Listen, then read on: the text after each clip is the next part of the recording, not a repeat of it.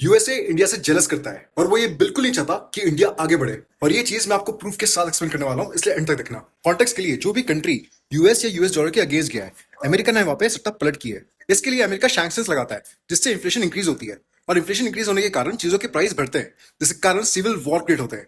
यानी कि लोग रिजीम के अगेंस्ट जाकर रोड पर उतर आते हैं, जिससे इंस्टेबिलिटी क्रिएट होता है। फिर यूएसए उस कंट्री में जम करता है मसीहा बनके, और इसका विलन यूएसए खुद होता है, क्योंकि वो ये सब पहले से प्लान करता है।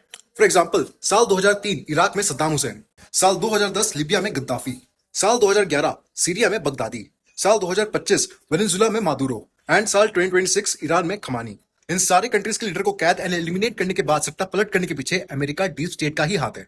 अब आती है मुद्दे की बात। इस समय आप इंडिया में सेफ इसलिए हो क्योंकि 18 मई 1974 में ऑपरेशन स्माइलिंग बुद्धा में बहुत सारे साइंटिस्ट एंड पॉलिटिकल पार्टीज ने अपना योगदान दिया था। एंड फॉर योर इन्फॉर्मेशन, इसमें ऑपरेशन पार्टी के लीडर्स भी शामिल थे। एंड इन लोगों के कारण ही कोई भी देश इंडिया में उंगली नहीं कर सकता। एंड इंडिया में न्यूक्लियर पावर का होना हमें financial and geopolitical protection provide कर रहा है, जिसके कारण हम यूएस के अगेंस्ट जाकर रशिया से ऑयल डील कर रहे हैं। मतलब तुम खुद सोचो, अगर आज ईरान के पास खुद का न्यूक्लियर वेपन होता तो वो अमेरिका को हाई ग्रेड क्रूड ऑयल कोड़े के भाव नहीं बेच रहा होता, और ना ही उधर सट्टा पलट होता, और वो यूएस डॉलर की वाट लगाता, वो अलग। अब क्योंकि इंडिया इस समय second largest manufacturer and largest growing economy है, इससे यूएसए को प्रॉब्लम हो रही है, क्योंकि करंट गवर्नमेंट यूएसए के अगेंस्ट जाकर डील कर रही है, और इंडिया की डिप्लोमेसी से उसे इनसिक्योरिटी हो रही है, वो अलग। मतलब डायरेक्टली या इनडायरेक्टली इंडिया यूएसए को कई मायनों में टक्कर दे रहा है, और ये यूएसए के लिए काफी प्रॉब्लमेटिक है, क्योंकि अगर इंडिया चाइना के लेवल का सुपर पावर बन गया तो वो यूएसए को डायरेक्टली कंपीट करेगा, जैसे आज चाइना यूएसए से कंपीट करता है। सो यूएसए चाहता है कि इंडिया में उनको फेवर करने वाली गवर्नमेंट हो,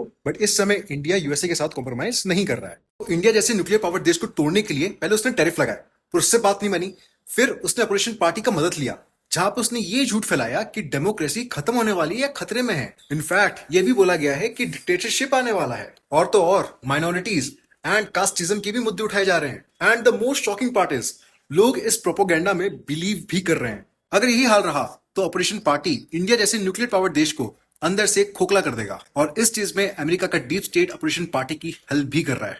और अगर आपको मेरी बात का बिल्कुल विश्वास नहीं हो रहा है, तो आप ये बताओ कि पाकिस्तान, जो हमारा एक दुश्मन देश है, उसको हमारी ऑपरेशन पार्टी सपोर्ट क्यों कर रही है? क्यों ऑपरेशन पार्टी ये चाहती है कि इंडिया यूएस के सामने झुक जाए? एंड क्यों ऑपरेशन पार्टी ये बोल रही है कि India is a dead economy while we are doing well in many aspects?